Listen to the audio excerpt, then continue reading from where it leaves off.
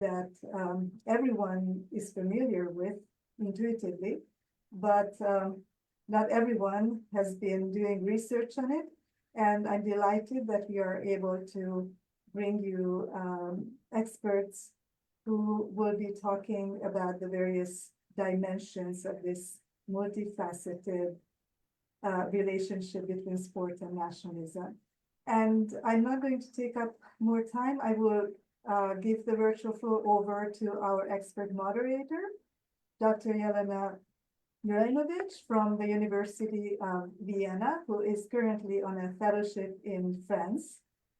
And I'm not going to give you a short bio because, as we usually do, the short bios of panelists will be posted in the chat. So you can take a look at that. And this way we are leaving more time for conversation and for your questions at the end.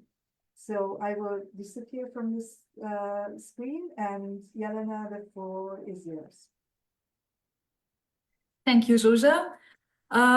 Welcome from me as well. I'm really happy to organize and moderate this discussion on the relationship between sport and nationalism, and also on sport in the field of nationalism studies and East European studies, I guess, more broadly as well.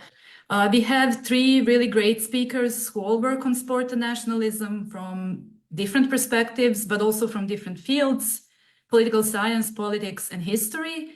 And today we will be talking about Eastern Europe, Russia, the Soviet Union, and the post-Yugoslav space as well. And we will also touch upon large sporting events such as the World Cup or the Olympic Games.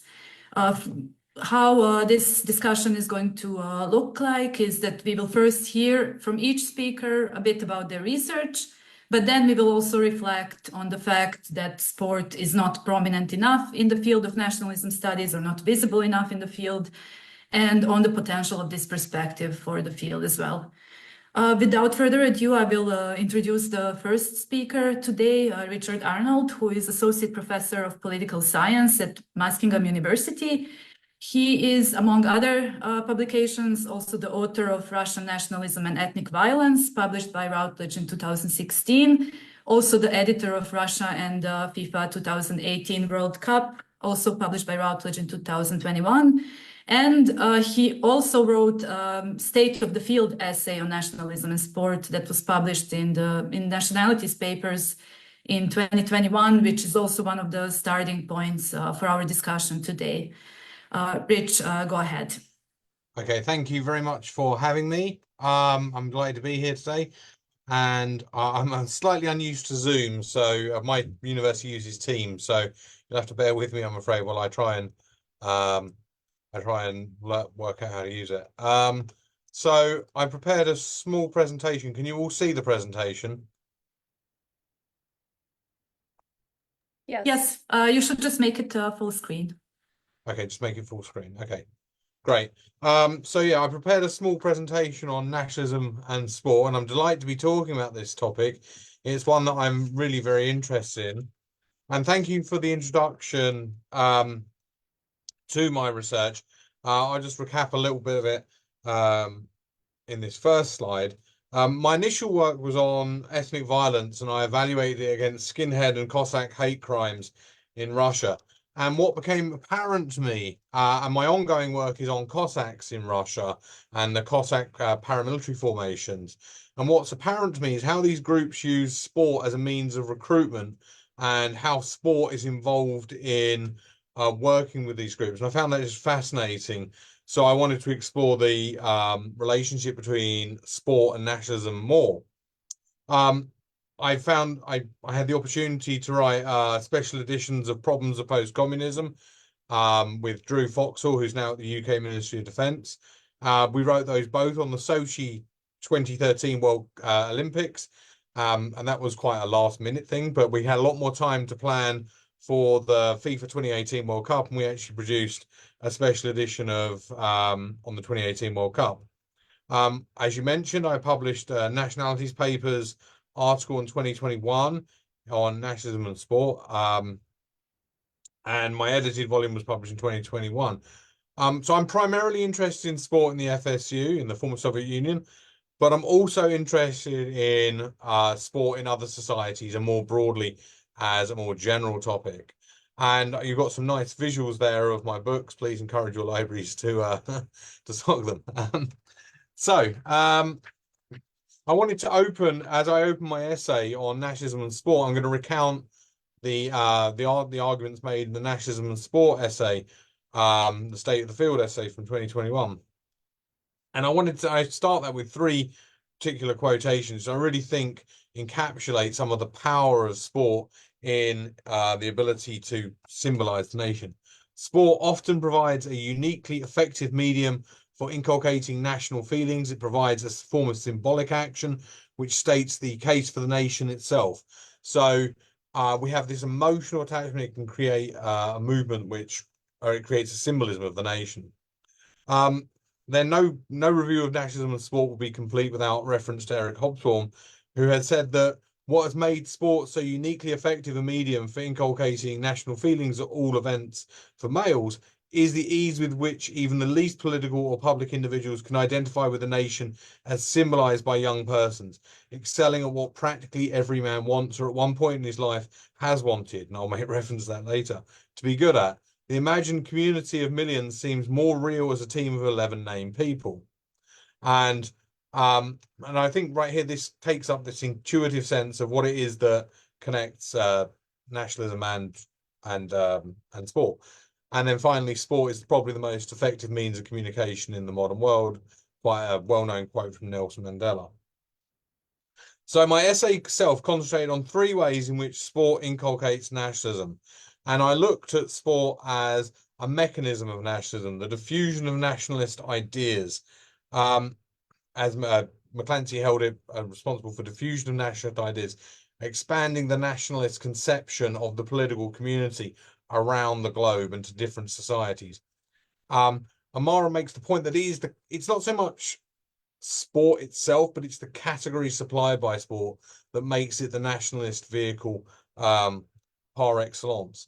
And we can think of this in ways of sport communicating the idea of modernity to different nations around the globe. You know, if you get recognition as being a nation against whom you can play sport, then there's really some prestige or some elevation, a feeling on the individual level as to how well your nation is regarded in the world.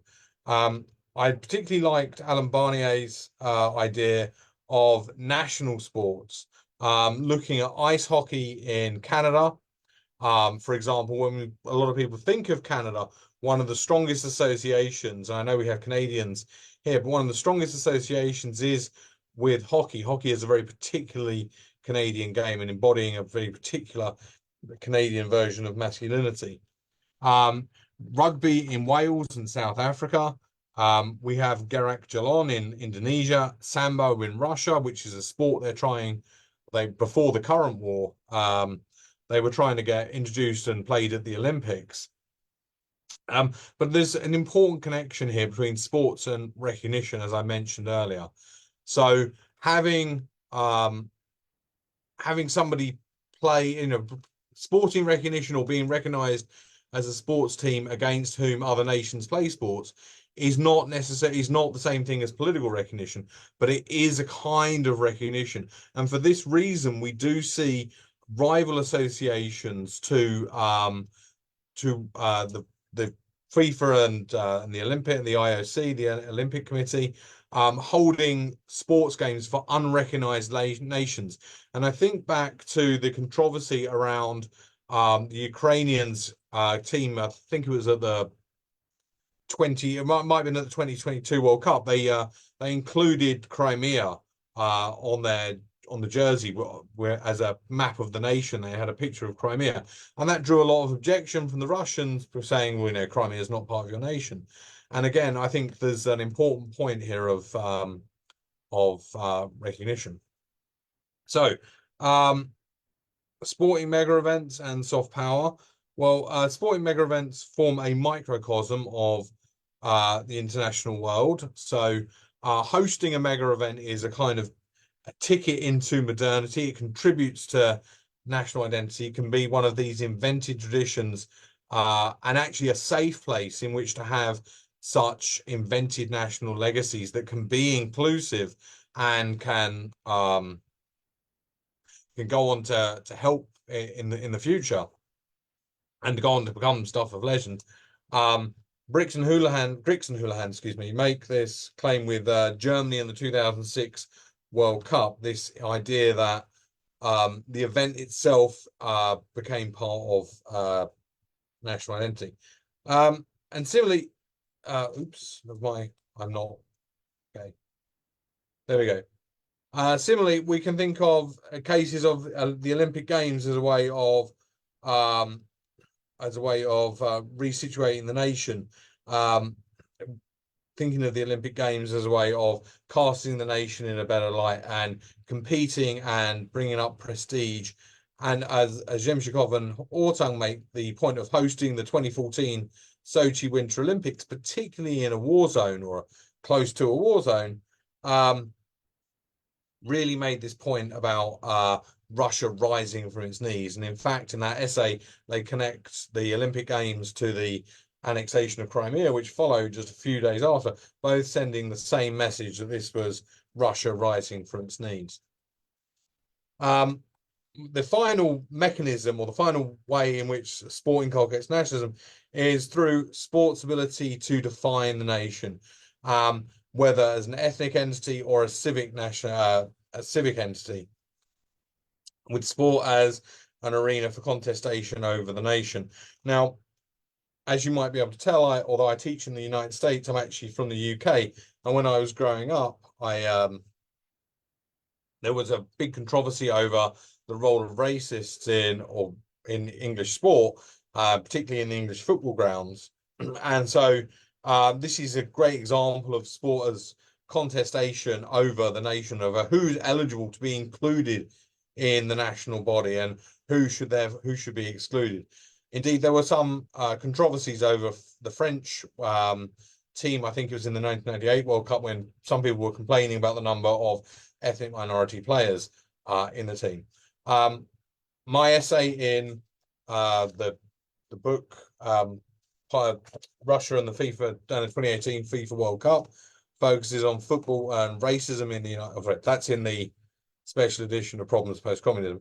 It focuses on football and racism in the UK and Russia, comparing the two and asking for the case. This point is also made by Mark Deutsch in when he's writing on Mario Balotelli and his reception by Italian fans. And we also see, as I mentioned earlier, the campaign to promote civic nationalism in the French soccer team with an inclusive identity, refuting racial boundaries and welcoming players. And with that, I'm going to turn over to the next presenter. Do I stop share? Is that what I do? Yeah, please. Thank you. You're welcome. Thank you, Richard. Also, thank you for really good timekeeping. Our next speaker is Jennifer Parks, who is a professor of history at Rocky Mountain College. And among other publications, she's author of the Olympic Games, Soviet Sports Bureaucracy and the Cold War, Red Sport, Red Tape, that was published in 2016 by Lexington Books. Jennifer has worked and published broadly on international history of sport, on sport and diplomacy during the Cold War, and also bureaucracy, authority, and sport. All right, thank you very much for that introduction. And thank you, Richard, for the very good analytical sort of framework. What I'm going to present are sort of what I see as a series of examples of the interplay of nationalism and sport, and specifically nationalism in the Olympics, that I see as kind of highlighted by the Soviet entrance into the Olympic Games in the 1950s. But to sort of start off, to me, the Olympics are really an inherently nationalist enterprise. I mean, we can talk about Olympic internationalism, but really what it was a place where nations can come together, work out their differences on the field of play rather than at war with one another. And there's a whole lot of ceremony, there's a whole lot of protocol involved in highlighting the nationalist elements in the Olympic Games. Athletes march under their national flags, their national anthem is played when they accept their gold medals. Their eligibility is tied to them being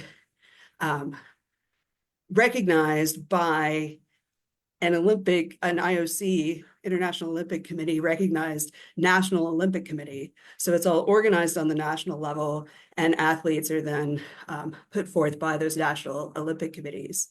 And I feel like when the Soviet Union entered, it sort of raised some questions, and it sort of exposed the sort of naivete of that kind of setup, and really exposed a lot of sort of overlapping and contentious questions about what constitutes a nation and how does nationhood and acceptance into the Olympic movement, how do they work together?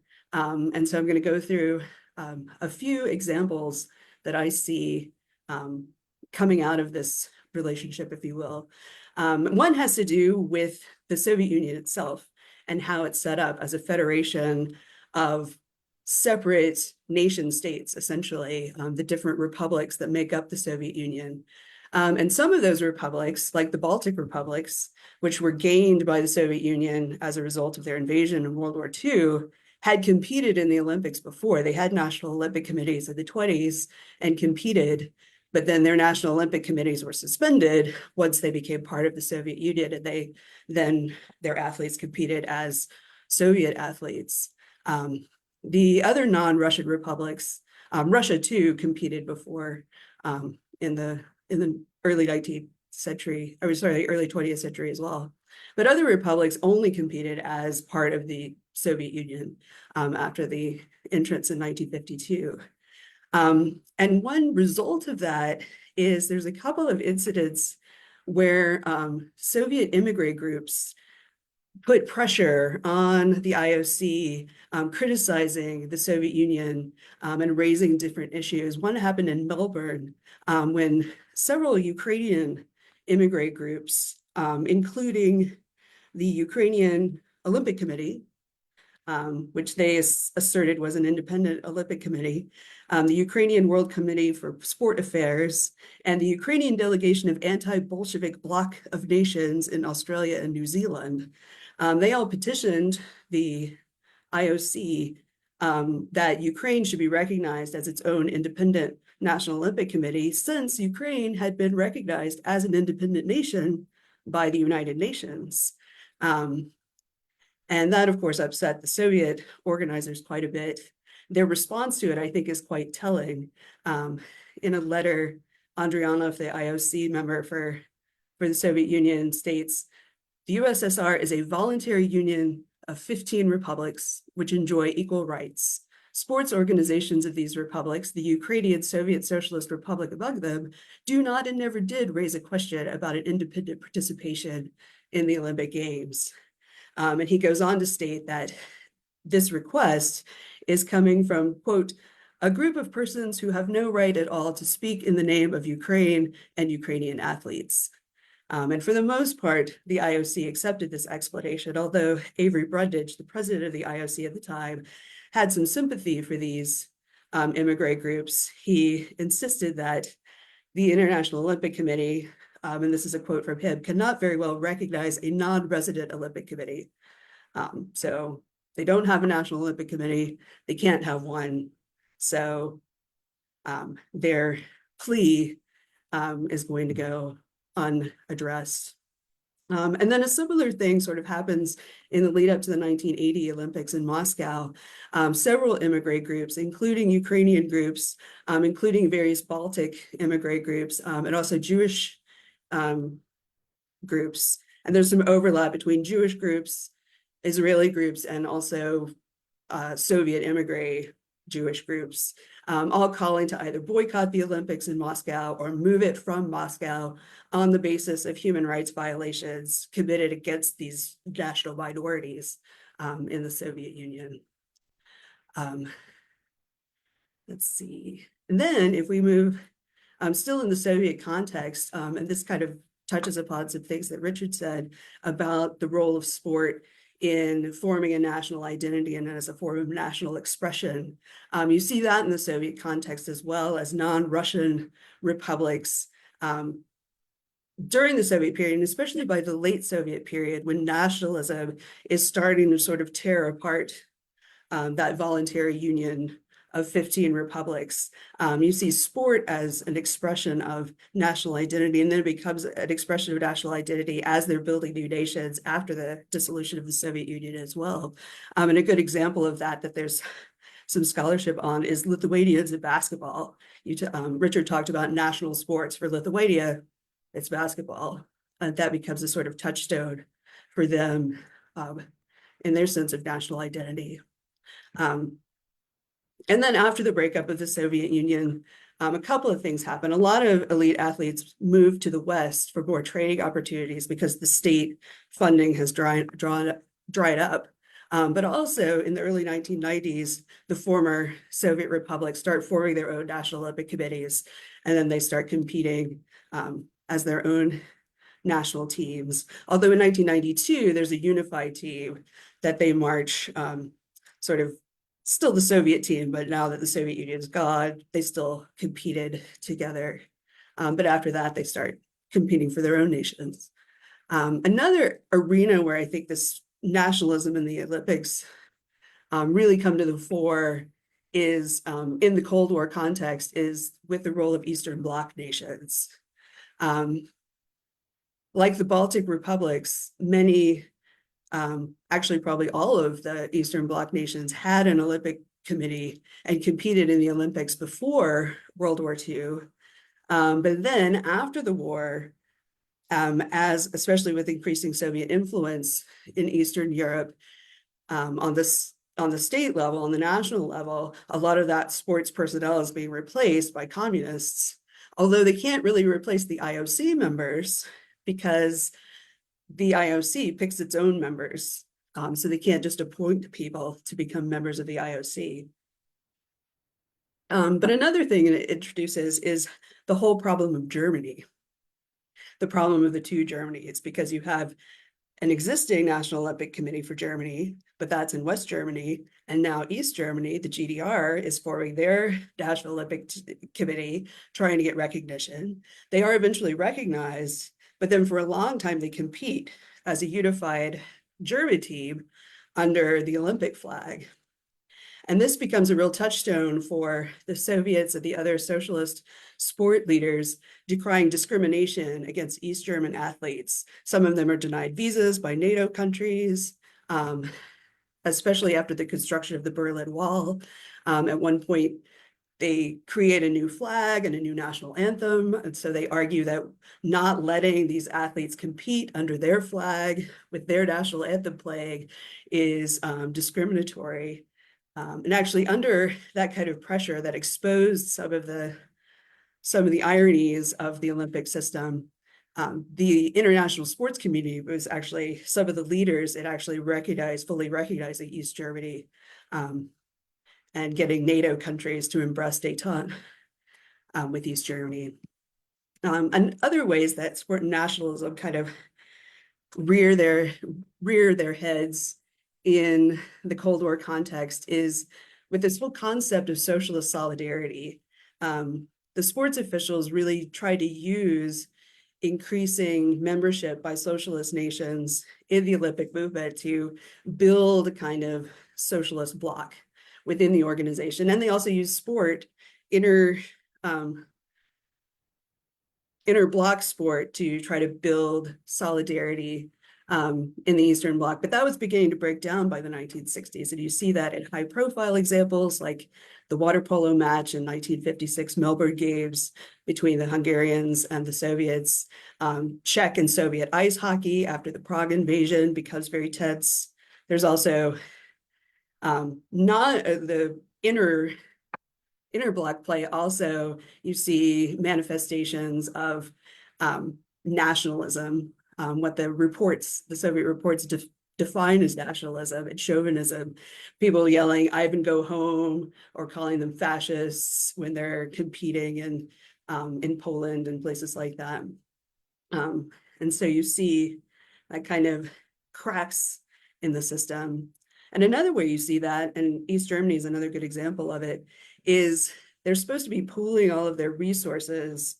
And increasingly, the bloc nations are starting to assert their own sort of autonomy using sport, using sports research and using their own success in the Olympics to promote their own country over the socialist sport bloc, and even reaching out to the developing world with sports aid and things like that, in competition with the Soviet Union. Let's see.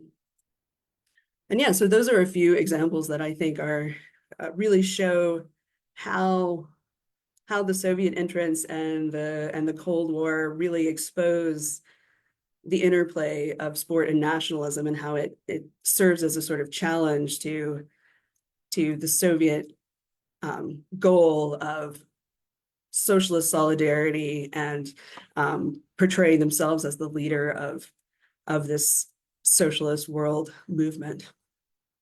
So yeah, I will conclude with that. Thank you all. Thank you, Jennifer, for also showing on a case study some of the things that Richard opened the discussion with. Our next speaker is Dario Brentin, who currently works at the University of Applied Sciences in Vienna, but is also a PhD candidate in law and politics at the University of Graz. His research focuses on the nexus of sport and society in Southeast Europe, and he has published a lot on sport and nationalism, football and nationalism in Yugoslavia and in contemporary Croatia. And among other publications, he also co-edited a volume on sport in socialist Yugoslavia together with Dan Zitz. Thank you very much, Jelena, for this lovely introduction. I will just very briefly share my presentation.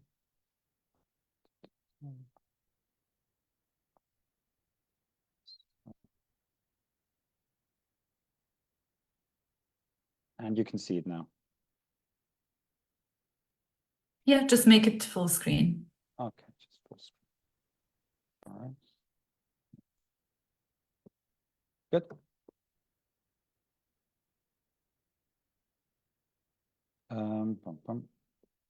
Okay, thank you very much, Jelena. You should do the full screen again. You went out of it. Okay, that is not good. Am I in now? Yes. Okay. Thank you very much, Jelena. As usually, I do freestyle these presentations, and then I take up way too much time, and I don't want to bear the brunt of Jelena's moderation skills and her telling me to stop, as she had to do in the past way too many times. I did actually prepare a presentation. However, I would like to thank Richard and Jennifer for Richard for laying out a great analytical framework for also what I will be talking about, and for Jennifer to offering a more historiographical perspective on the questions that I explore in my research as well. I think that we'll find common denominators very easily in the Q&A to follow, both between us, but more importantly with everyone who is listening. So, in medias res, when asked about the role of football in former Yugoslavia and its post-dissolution independent republics, Ivica Osim, who was the last national team coach of socialist Yugoslavia, that famously left the Yugoslav camp just before the Euros 1992, when his city of Sarajevo was shelled by Yugoslav People's Army, answered, screw it. The Croats have built a country on football.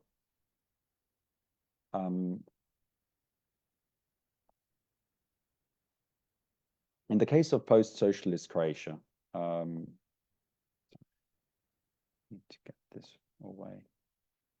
In the case of post-socialist Croatia, sport, including its interpretations, images, and metaphors and rituals, has proven to be a highly politicized form of national expression for more than 30 years now. Moreover, Croatian sport can be described as a unique source of social knowledge, contributing significantly to the formation, establishment, and conservation of newly emerging national identity after the dissolution of Socialist Yugoslavia in 1990-1991. And as such, it may be seen as a prominent arena and prism in and through which categories such as nation, identity, and culture can be contested, while simultaneously epitomizing their complexities. This research is based on my work in the field for now almost a decade, in which I have observed more than 30 games of the national football team of Croatia, including the 2016 UEFA European Championships in France, the 2018 World Cup in Russia, the 2022 World Cup in Qatar, and most recently this summer, the 2024 European Championships in Germany.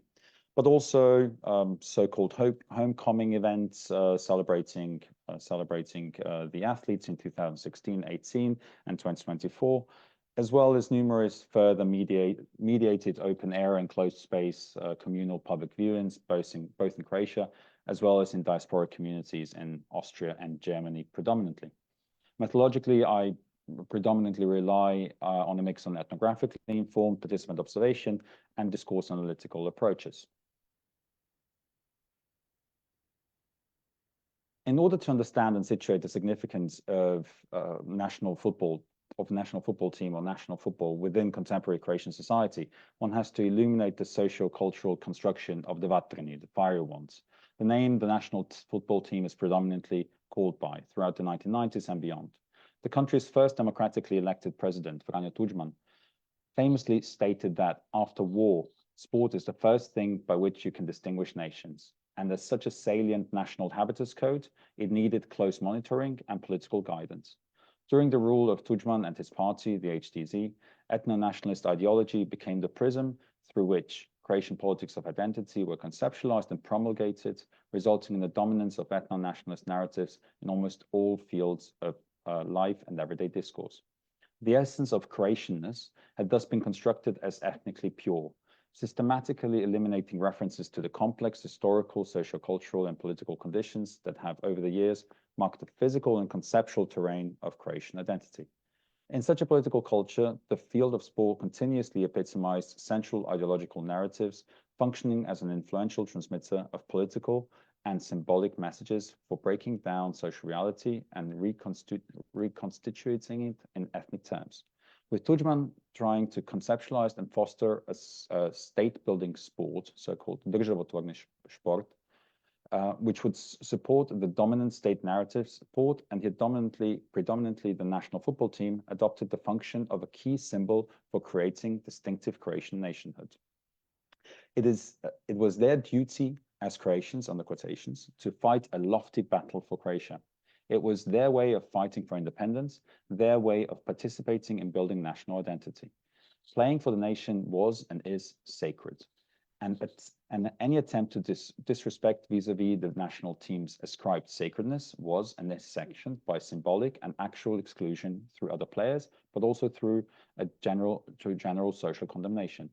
This extends beyond the actual pitch and can equally be attributed to fans or actually non-fans who, for one or another reason, questioned this sanctity of the national team and thereby threatened the established moral order. This seemingly untouchable character of sanctity applies to spectators equally as to players, who are expected to act as one when Croatia is playing. Although the narrative itself is almost closely linked to the national football team, it transcends football per se and is equally applied to all other representative sports. The establishment as sanctity, or in Edward Shield's words, as a sacred center of society, has been discursively constructed and cemented over the last 3 decades. As described, the main attributes, as described above, the main attributes ascribed to Croatian athletes stereotype these in an almost exclusively positive manner. The practice of positive stereotypization has been explained by commentators as a combination of ritual dramatization and the level of involved emotions in a particular event, team, or individual athlete. Equally, in the case of the vatreni, they are portrayed as guided by purely altruistic idealism and national charge, and as such, ultimate role models, identified as being perennially motivated to represent and fight for the nation. The main cry of the Croatian fans supporting the national team often uttered in unison by the entire stadium being uboj za narod svoj, to battle for your people or nation. Fits quite soothingly. The nature of the Vatreni's portrayal should stimulate an endearing relationship on the basis of their shared experiences, practices, and ideological standpoints. Therefore, all Croats should recognize themselves in the Vatreni by their primordial, perennial, and sincere Croatianness, so the narrative goes. Their unique style of homeland-loving football, established by the Vatreni as a true manifestation or embodiment of almost all positive Croatian national characteristics, and vice versa. The national football team is furthermore constructed as a social field where ethnic homogeneity dominates, functioning as a potent marker of otherness and exclusion, affirming the narrative of the homeland of all Croats, members of national minorities and players claiming trans-ethnic identities were and are thus subsequently marginalized, explicitly denied. Furthermore, the Vatreni can be identified as the physical embodiment of a Croatian national identity, as a transnational ethnic identity, with players from the Croatian diaspora at the very center of the Croatian national team. Something that is also reflected in the many of the flags in the stadium, bearing the names of hometowns of fans present, from Mostar to Berlin to Toronto. The construction of a particular national identity facilitated through the Vatreni was powerfully exemplified through the 2018 FIFA World Cup. And to be fair, also to a lesser extent, but very different context, the 1998 FIFA World Cup in France and the 2022 FIFA World Cup in Qatar.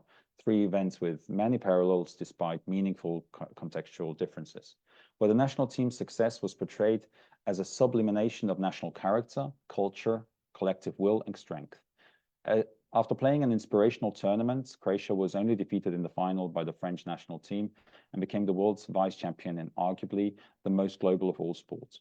In Croatia, however, the success was not perceived as any sort of coincidence, but ascribed to a unique feeling of togetherness, motivation, and resilience, uniting the national team with its people, drawing them mutually into a deep horizontal comradeship, zajedništvo, or unity, were omnipresent ideological tropes during and after the World Cup. The ecstatic level of intensity with which the tournament was celebrated recalls Emil Durkheim's notion of collective effervescence, to describe the essence of the ritualistic experience and its power to function as the nation's integrative cultural force. Over 500,000 people in a country that of significantly less than 4 million welcomed the national team in Zagreb upon its return from the World Cup, attributing the success to a unique Croatian spirit rather than actual skill. One commentator pointed out that, and I quote, "Sport is an integral part of the social and national life of a country. But when you don't have equal physical conditions, not to mention material conditions, there is something above that. That is conscience, the will, and that is what our athletes have gained with the formation of Croatia." End of quote. In these narratives, the nation had returned to its essence, its initial phase of unity, celebrating a spectacle of genuine patriotism, only paralleled by the Croatian independence in the early 1990s. Unity was used as a powerful ideological trope, but also illuminates that the establishment of a moral order over the question of what is sacred and what is profane is a thought-over process. Extending Durkheim with scholars like Victor Turner, we have to add the aspect of struggle, of meaning, of myths and symbols with the experience of the collective effervescence, which also creates in and out groups. Just to name the dominant points of ideological struggle during the World Cup: far-right and polarizing musician Thompson singing at the welcoming of the heroes, the prominent presence of Ustasha symbols, flags, the fascist Dom Spremni chant in Croatian fan culture, and critiques mostly by organized football fans, artists, and left-wing intellectuals refusing to be part of the unified nation. Concluding, my research has been strongly influenced by Emil Durkheim's theoretical framework on rituals and their deep social meaning. Understanding modern sport as a medialized ritual, the participation in these moments of collective effervescence has an integrative power for societies restoring, maintaining, and reifying the social order. Identifying the national team as a totem, I understand it as inserted into the social circuits of the sacred and the profane in contemporary Croatian society. By exploring the idea of Croatia's national football team being the country's most sacred institution, the goal is to indicate the intricate relationship between sport, identity, and nation.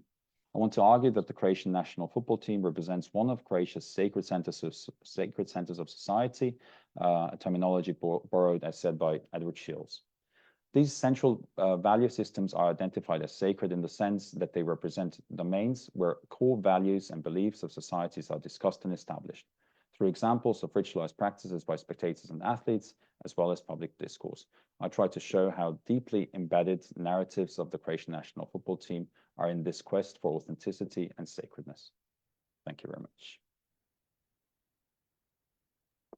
Thank you, Dario. And before we start taking the questions from the Q&A, I do have two questions for you, and if you could reflect very briefly on it. I know that they are both very big questions, but just to leave some time for the discussion afterwards.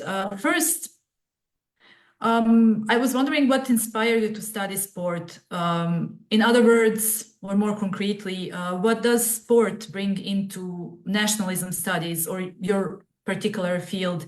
And what did your research get from it that it otherwise wouldn't? Maybe we can start with Richard.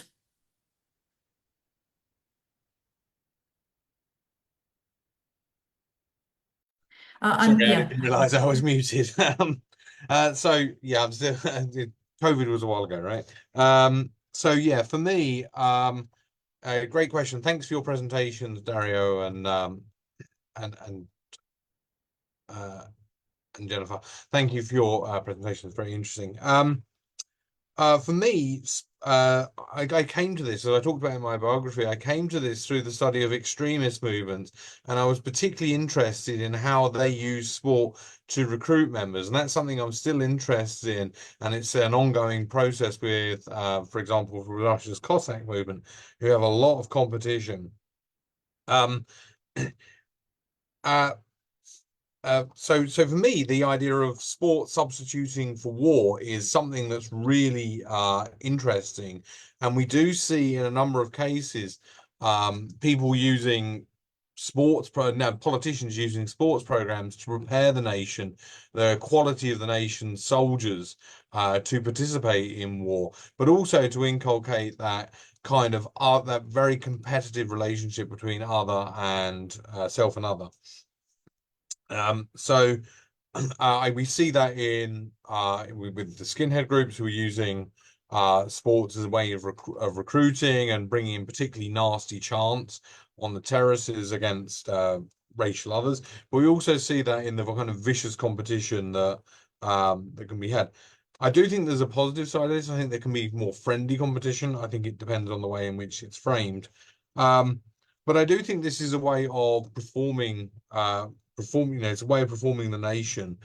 Whether we could, to quote Fox Miller Idris, right? Could we discuss this as a way in which people play the nation, right? Is playing the nation and getting on board with these sacred rituals, as Dario mentioned, of these sacred symbols.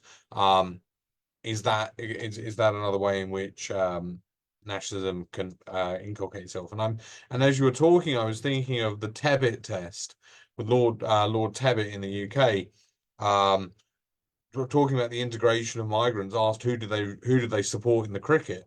Were they supporting India or the West or a West Indies team, or were they supporting England? So I think there are ways in which sport can be used, and also because it's not actually war, but it's kind of a something that replicates or substitutes in for war. I think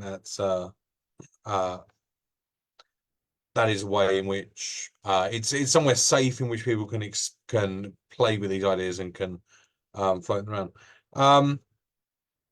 For me, I'm really interested in this construction of the national habitus with through sports, and One of the questions I raised in my article was whether nations actually need national leagues, because I think there's also an educational function to sports. Like, you learn about the places that are in your nation, right, which perhaps you wouldn't necessarily learn about, or you wouldn't learn that that place is a part of your nation through the national sports pages. So I wonder if there's a connection there. Yeah, so that's the kind of direction I'm thinking of moving away from your question here, but that's the kind of direction in which I think this should go. Thank you. Jennifer? Thank you. I really got into studying sports as a fan of the Olympics, and I've just stuck with the Olympics and fascinating. And I think it's fascinating, given what Richard was just saying about the use of sport to build national animosities and to build a powerful army. And the Olympics is like the total opposite of that. They're trying to use sport to lessen those tensions. And I think it's one of the ironies of the Olympics that is exposed. And I'm going to be very specific about something that I've gained from studying sport that I wouldn't necessarily have known otherwise. It comes from my more recent research into sports diplomacy and sports aid in the developing world during the Cold War. And reading reports, agreements, trade agreements between the Soviets and newly emerging nations in Africa. They have this sort of laundry list of things they want. They want industrial refrigerators so that they could gather their produce and export it. They want improved ports for exporting their products. They want airports. They want roads. And they want stadiums. It's like that is part of the list of to-do list. If you're building a new nation, you got to have your infrastructure, but then you got to have a stadium as well. Thank you. And I guess also, at least in the case of Yugoslavia, football trainers for national teams. Dario. Yeah, very inspired also by Richard was saying just now. I think it was sort of, for me, a little bit different because I wanted to go away from the political margins into the very heartland of into the very political sort of mainstream in my case study. And I think sort of if I think back, the one quote that I always refer to going back is one by Michael Billig in Banal Nationalism, where he says, and he writes very little on sports and banal nationalism. He mentioned it a couple of times, but I'm quoting here from page 125. He said, "Regularly I answer the invitation to celebrate national sporting triumphs. If a citizen from the homeland runs quicker or jumps higher than foreigners, I feel pleasure. Why? I don't know. I want the national team to beat the team of the other country, scoring more goals, runs, whatsoever," end quote. And I remember reading the book and thinking to myself, well, that's pretty much the case with me as well. And I'm, I want to be seen, or I want to see myself as a critical researcher who, does not fall into the pitfalls of these sort of emotional states of celebration when stuff like that occurs. But then it just happens, and I still, as critical as I want to be of Southeast European politics, Croatian, but wherever want to talk about, I still feel joy when the Croatian national football team does well, because I come from a Croatian background, and this is something that sort of I wanted to explore. And then sort of reading through, sort of coming back to a slightly more analytical framework, it was sort of this, Billig opened the door to what, the myriad of scholars that Richard has alluded to, and predominantly for me it was John Fox, who really in his work sort of showed me how sport can be used in this article with Cynthia Miller-Idris, but also in his individual publications, how sport really is a terrain to be capable of studying nationalism from below, and also in everyday situations. And this is something that I thought was far too underrepresented, and we're probably going to talk about that in the next question that you'll have for us. But it simply showed me that there is a prism through which to talk about all these categories that we've mentioned, that is far more at the very center of societies than other issues. Thank you. And as opposed to all of this, it doesn't have to be explained. You don't have to be convinced a lot that sport is still very marginal in the field of nationalism studies. We can see it if we don't look further than the ASN, Association for the Study of Nationalities. We see it because this is the first virtual ASN event on sport. We see that the ASN convention, we see it in the journal nationalities papers, that this is not a very visible topic or very visible research subject. Why do you think that this problem persists, that sport remains a marginal topic in the nationalism studies? Sorry. Do you want me to go first, or? Yeah. Okay. So yeah, good, excellent question. I wanted to point out the one thing that comes to mind from one of my articles when somebody mentioned that a lot of these new nations, they want stadia. Stadiums are one of the first things they're thinking of having built.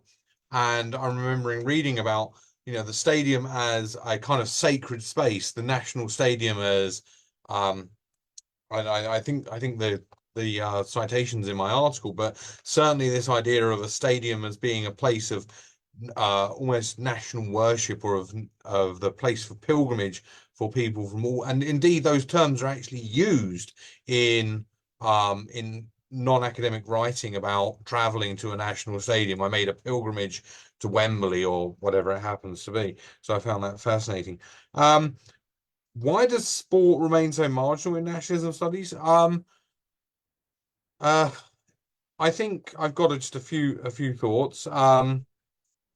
I think the first one is that there is an over concentration on focusing on sports in the advanced Western democracies, especially in England. A lot of the sporting literature focuses on sports in the UK, whereas much of the most attention-grabbing nationalist developments are in the global South. So, or at least outside of what is commonly referred to as the West. And I also think there's an element here that everyday nationalism is a relatively new, or at least not quite so venerated research field. So I think there's definitely connections there, and I wanted to echo Dario's comments that this is a way of studying everyday nationalism from below. I found it interesting. I think there's definitely it has a kind of gendered focus. There's definitely, when we're thinking of sports, I think there's almost an assumption that the average fan is a male, whether or not that's true. The heavily male focus most competitive sports at a time when the academy, I think, is pushing the other way. It's pushing for inclusion, and so I think there might be something going on there. And I also think we should look at the sociology of academics, and I made reference to this in my presentation, but I am probably one of the worst football players you will ever meet. I'm for some reason I'm just not particularly good at football. So I think maybe there's an element there that this is something that, only speaking from my own experience, I was not particularly good at sports, but I enjoy watching them. And so maybe there's a kind of sociological element to it. Thank you. Jennifer, would you like to also reflect on this question? I will a little bit, very briefly. I have to admit, I'm not as well versed in nationalities studies. I kind of consider my field Soviet history, Slavic studies, and that kind of thing. But there too, sport has until recently been kind of marginalized, but it's become a pretty fruitful and exciting realm in, especially in Soviet history and also post-Soviet or Eastern Bloc histories. There's been a lot more work. I don't do it myself, but there's been work on looking at the non-Russian republics and the role of sport, especially football, in the Soviet Union and its relationship to national identities. I think because of more access to sources since the end of the Cold War, not just documents, but also people that you could interview and do oral histories. There's also some exciting work happening more on the local level to see how sports worked and how it was received and how it built identities on the local level as well. So that's kind of exciting to see in sort of my realm of reference. Thank you. And Dario, I know that you are also very passionate about this question. Well, no, I mean it's a little bit unfortunate coming as the third after Jennifer and Richard, because I can mostly just echo what they said. But also I think they illustrated quite well a point that I want to make, is that, for example, I would argue that in historiography, sports historians are far more established than in nationalism studies or in sociology. It's, I would say, sort of an almost mainstream, subfield of modern historiography. And there's, nobody will look at you sideways if you are a sports historian. And actually, I think that Richard's got quite a good point in that, despite everyday nationalism and the entire literature that came with the third wave of nationalism studies, it's not like, I know that it's been around for a while, but prior to that, not that there wasn't an analytical tool to which to grasp these very multifaceted issues, but it only, let's say, with these sort of prominent publications in the last 10 to 15 years, has reached a much wider sort of audience within academia and within nationalism studies, to give us the tools to actually, look at sports as a form of producing national identities on an everyday basis and beyond. And in that sense, I hope that there is, that there will be change, because Jelena alluded to it, but I initially wanted to quantify it and to do a little graph, but unfortunately I didn't manage. But if we really quantified the number of papers that deal with sports in the broader sense of dealing with sport in society at the ASN convention, we're talking, in the last 10 years, we're talking about a handful of papers. Like, we're not talking about a handful of panels, we're talking about a handful of papers. I think there's been one panel in the last 10 years, which is, if nothing, it's weird. I know this is devoid of any analytical soundness, but compared to other fields of popular culture that we also look at and that are very prominent in nationalism studies, may that be ethnomusicology, films, etc., it doesn't really matter for the argument. But it is weird that, as Benedict Anderson calls it, one of those forms or social fields of popular culture that substantiate the idea of the imagined community as almost no other, that it has remained such a marginal topic. And yeah, I don't know whether that really whether I'm satisfied with answering it myself, because I don't really have an answer. But it's sort of hopefully a subject that is that's subject to change, and that there will be more and more papers looking at this myriad of options that you have when you look at sports in the context of nationalism studies. Thank you, Dario. Yeah, I mean, I guess we could also turn the question around and wonder why scholars working on sport don't submit their work to the journal or the convention and so on. But I will take some of the questions from the Q&A section that we have. Feel free to keep writing your questions. We will take as many as we can. And I will first take those that are kind of for all of you, and then maybe if there's time, we can also look at the specific ones that are directed at one speaker and the particular case studies. So first, very important question by David Straub from the virtual ASN Program Committee and the ASN Convention Program Committee as well. I will read it. While international sporting competitions provide such clear opportunities for displays of official nationalism or expressions of nationhood from state level or official actors, I wonder if the panelists have thoughts on how these types of events resonate on an everyday level. Does the tenor of the expression of nationhood differ? Do these sentiments sometimes adhere to competitions where nation states are not the main competitors, such as club football, pro tennis, or golf, and so on? And if so, how does that differ? Maybe whoever feels inspired can start first. Thank you for the excellent question. I can go on this question. I think the let me just make sure I've got it. I wonder if the panelists have thoughts on the types of events resonate on the everyday level. I think these events do resonate on the everyday level, and you know, growing up in Europe, you never see so many flags hanging out people's windows as when the team is playing in the World Cup, right? Or based, or at least in my experience, you never see so many emblems and so many Union Jacks or whatever it is hanging from establishment window, or actually the English cross hanging from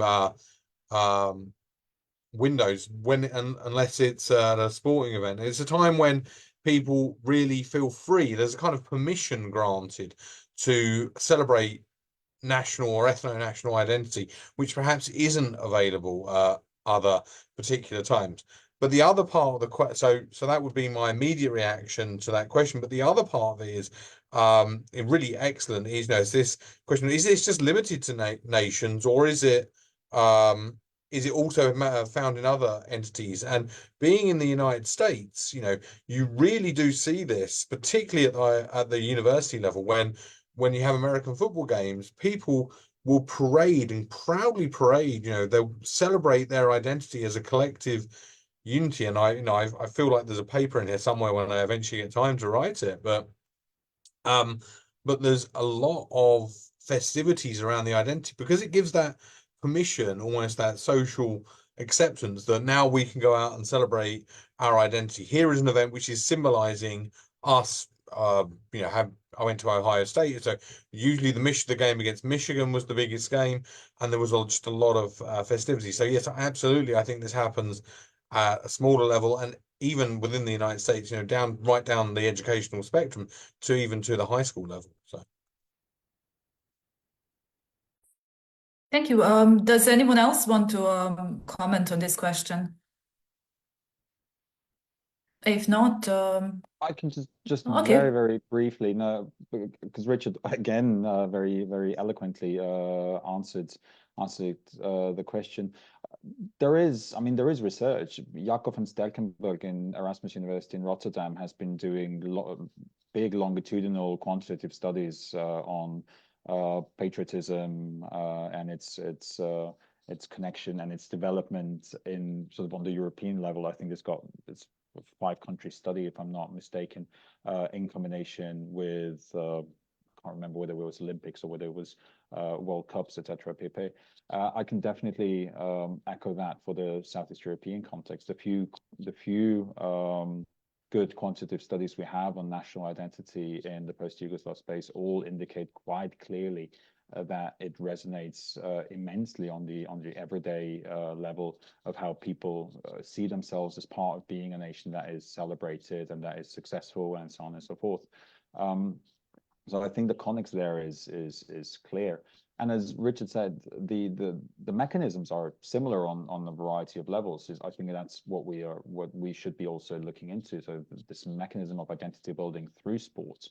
That's where I feel that this entire body of literature on nationalism and emotions, nationalism and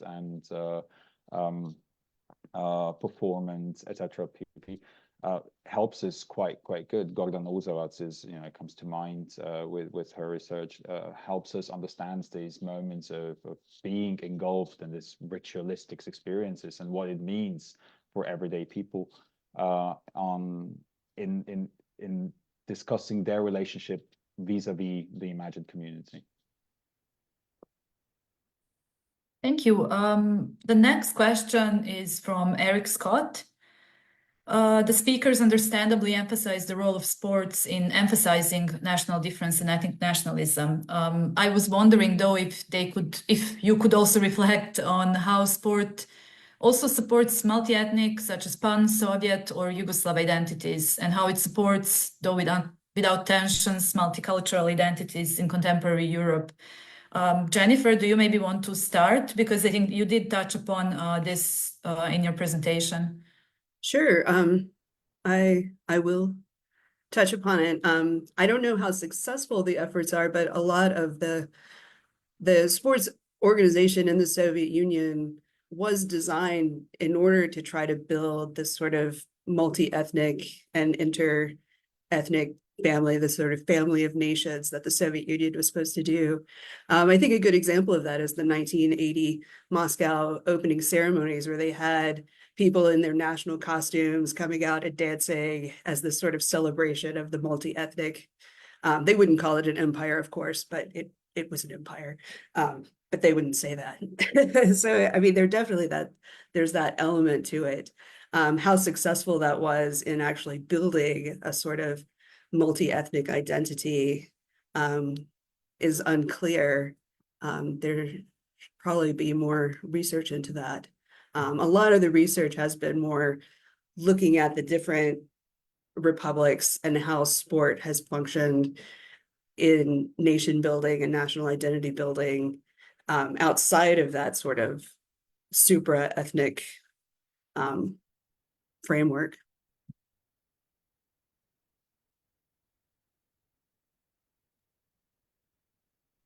Anyone else? Dario, yeah, go ahead. Yeah, again, just what Jennifer says, there are efforts. It's a question of how successful or unsuccessful they are. But since the question alludes, I'm sorry that I'm sort of just blurping out other people's research here, but I know that there's been a big project, I think it was a Horizon project at University of Mainz, on representations of Europe and Europeanness in European football, and so the creation of European public sphere through football.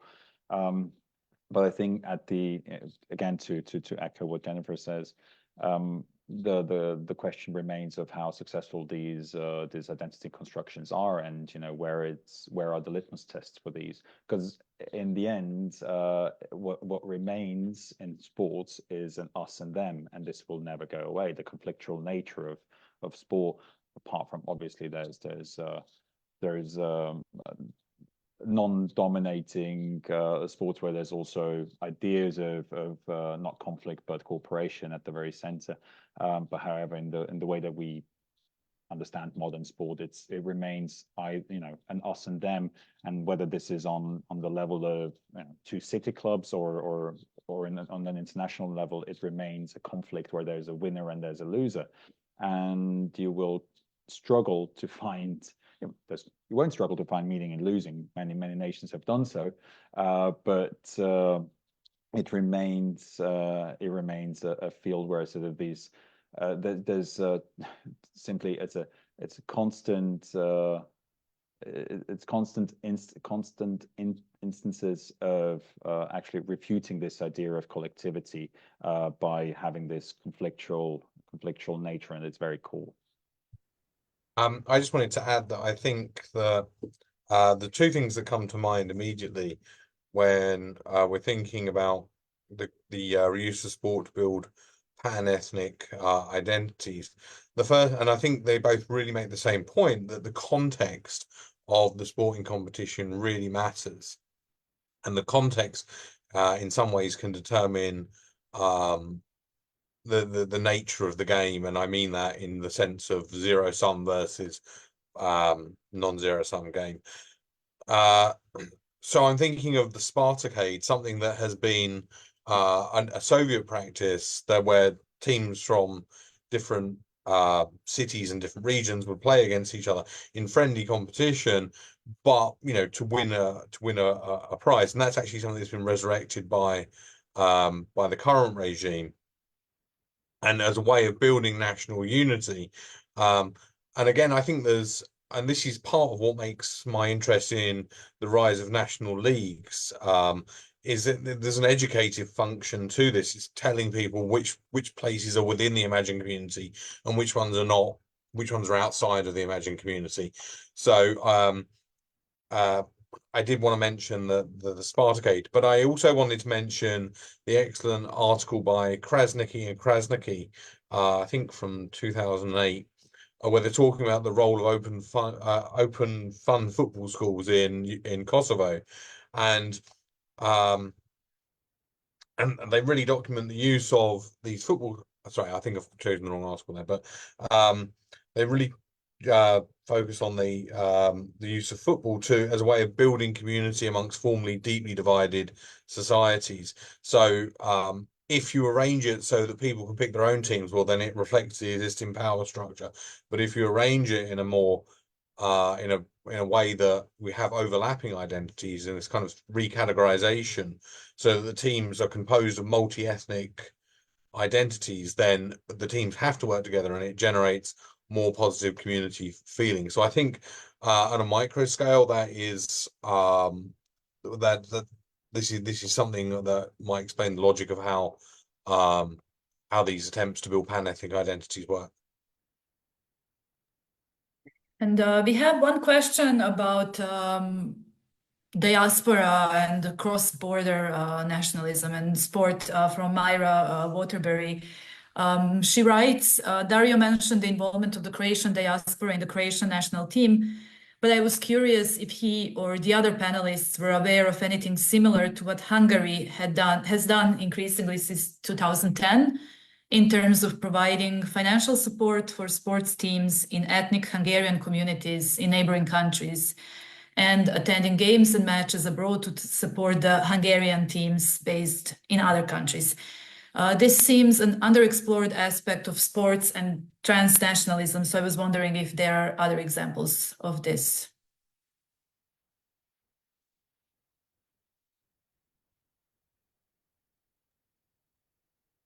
Does anyone want to? I very briefly, I think that it's. I mean, that's clearly documented. Viktor Orban's strategy and his love of football can be probably paralleled with the love of football that Franja Tudjman had, and the level of authoritarianism in the two countries, despite very different contexts, might also be interesting to look into in a comparative manner.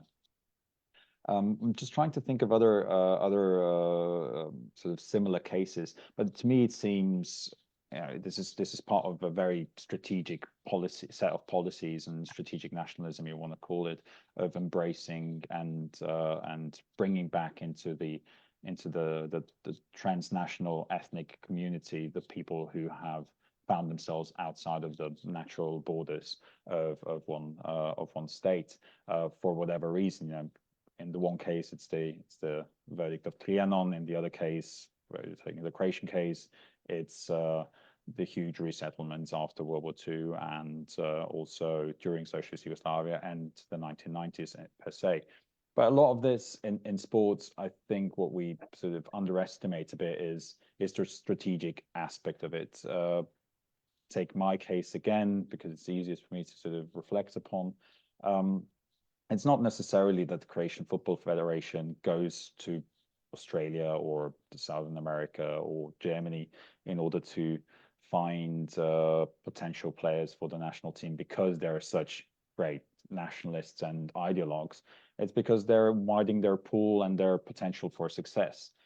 Croatia is a country of less than 4 million. If you take a very liberal view on the Croatian diaspora, it might double. So, you get a strategically bigger pool of players from which to choose from. So not always is something that seems like an ideological project. Sometimes it is about political power, nothing more, nothing less.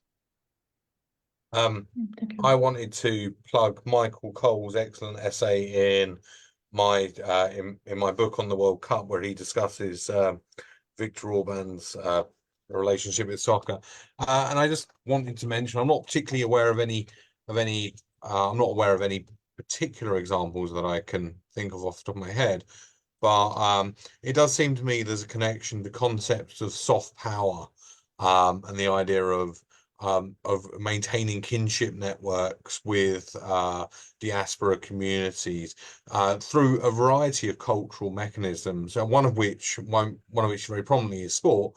And why sport? Well, it's fun. We enjoy playing sport. Yeah.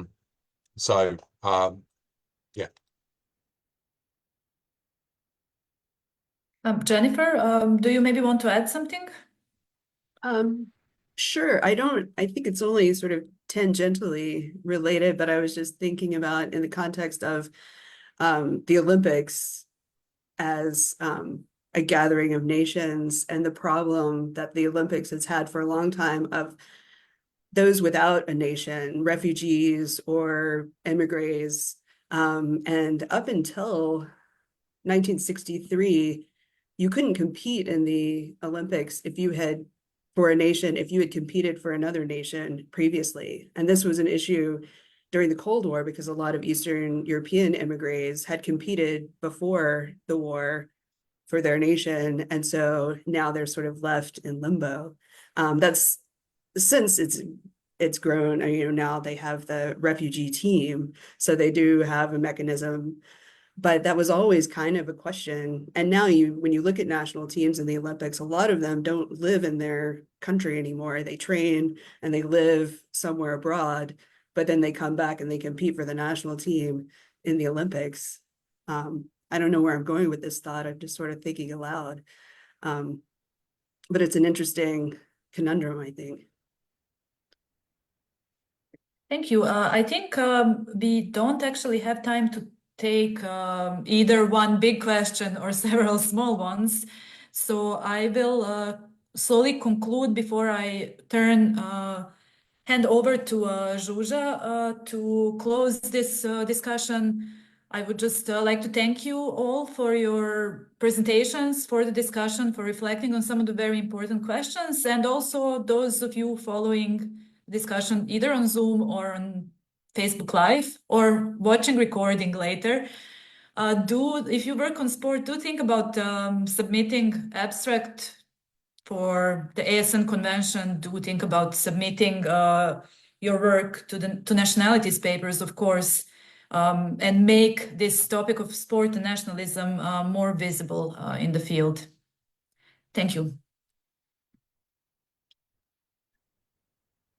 Thank you so much. I'm doing the closing. It's like a frame to the discussion. Thank you so much for this very, very engaging conversation. And I want to say that I am also hoping that there will be more research presented at the ASN convention. I don't know whether everyone on this panel is interested in coming to the ASN convention in May at the Herman Institute at Columbia, but it would be terrific to have more generally on everyday nationalism, but especially on these forms that are more that are so predominantly practiced. And we talk about it in terms of everyday nationalism, but it's also the case, it came up in the conversation about governments that are promoting it and strategizing about it, that what's really interesting about sport and nationalism, I believe, is that it is a form of everyday nationalism that's for identity building and sub-state regional identity building and all that. But it's also an instrument it can be an instrument for governments. And so it's a prism to study this large question in nationalism studies on how those two levels of nation building, national identity building, and strategizing connect. The elite level that's using institutions of government and resources, state resources, and the everyday level of ordinary people who are just enjoying doing sports and watching sports and being part of rooting for a team. So I think there's a lot that can be addressed, larger questions also in nationalism studies, and it would be great to see those addressed also at the convention. So thank you very much, and thanks everyone who's been with us. And I'd like to remind everyone that these archived videos of virtual ASN conversations can be downloaded. I know that many of them are also used for teaching, and so we would like to encourage that. I also want to mention that the next webinar on virtual ASN will be on November 14th. You are going to hopefully get an announcement about it. If you are not yet subscribed, please do. It will be on climate change and nationalism. Another issue that is so important is there everywhere and intuitively familiar to people, but we don't know enough about it except for the experts who are working on these topics. So I hope that we will see you guys back on November 14th. Take care, everyone.